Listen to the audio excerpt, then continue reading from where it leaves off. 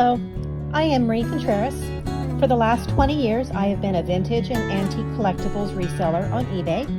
For the last 5 years, I have run my own pet care business. I write a weekly blog about pet care, and I recently wrote my first book about caring for dogs. I make videos on this channel about growing a small business, saving money, and living life on your own terms.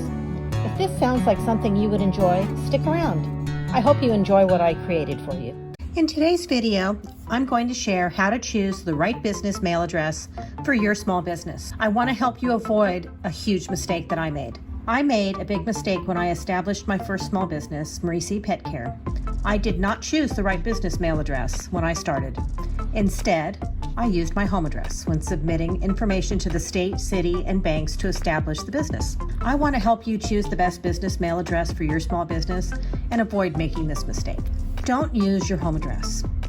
You may be wondering why using your home address is such a mistake. Because much of the information that you share with your state and city when forming your business, applying for state and local licenses, becomes public record. This information is published on the internet, and places like Google will post your home address with satellite and street images under your business listing. MapQuest will provide directions to the address on file for your business. The list goes on for places that you don't want your home address to be published. And getting this information removed once it is posted is almost impossible.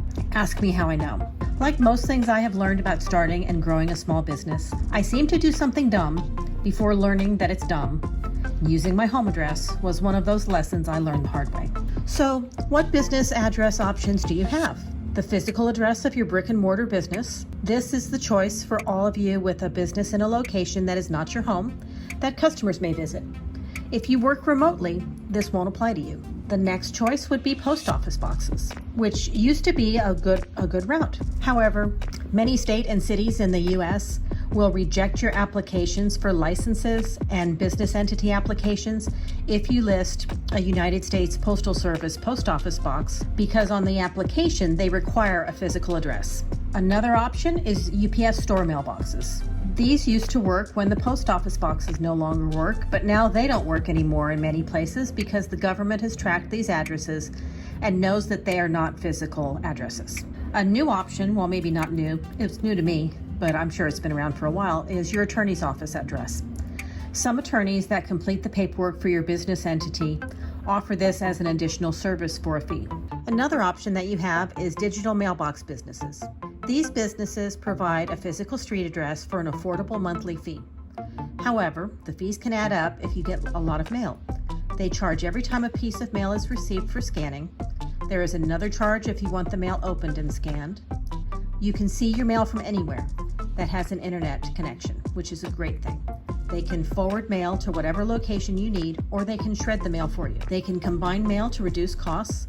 Keep in mind that they charge more than the actual mailing costs. This works well for remote businesses, and it's what I chose. There are some potential problems that I want you to avoid, if at all possible. Once you decide which option works best for your situation, don't sign up online without visiting the location. I made this mistake, of course, and I regret it. I selected the digital mailbox business with the best reviews and was located close to home if I wanted to pick up my mail personally. I switched all of my business paperwork to this new address. There were a lot of places to change the address. Then I found out that the fee to pick up my mail was higher than mailing it to me, which took a week. I had a notification that I had mail, but it took 2 days before I got a scanned image of the envelope. When I saw that, I requested a scan of the contents, and that took another 3 days. I complained by calling the customer service number, which routed me to the store. I could not believe how rude the man answering the phone was. He hated that his store was signed up with iPostal, and he was very willing to share that fact with me. He told me to call them with complaints because he couldn't be bothered. But he was the problem. The actual location was responsible for doing all the work involved, and this man hated it. He was not just rude, he actually spoke over me and yelled at me on the phone. He wouldn't even let me speak. So I called the main headquarters of the company, and I eventually got everything I needed, but I do not enjoy interacting with that man at all at the actual store. If I had known what he was like before changing all of my paperwork, I wouldn't have done it. I would have chosen anywhere else other than his store. I was thinking maybe if he could put a face to the person he was talking to, he would have been less aggressive. And if not, I may have had a clue that I needed to keep looking for a better option. Please go to the store. I will be looking for another mail company to use for my business.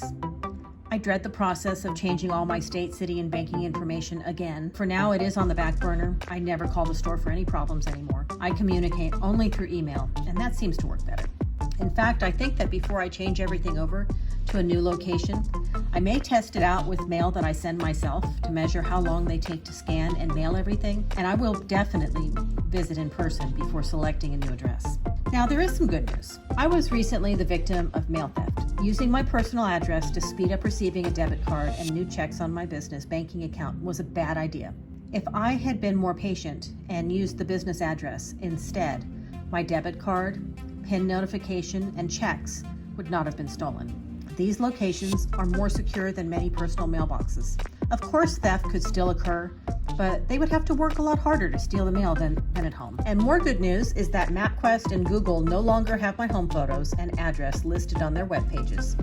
Instead, Google has shared a photo of the digital mailbox business on the business listing. It took almost a year to clear this up, so I hope that I save you headaches by sharing this. If you enjoyed this video, nudge the like button. If you would like to see more like this, consider subscribing. If you would like to read the blog or check out my new book, I'm going to leave links to them in the description.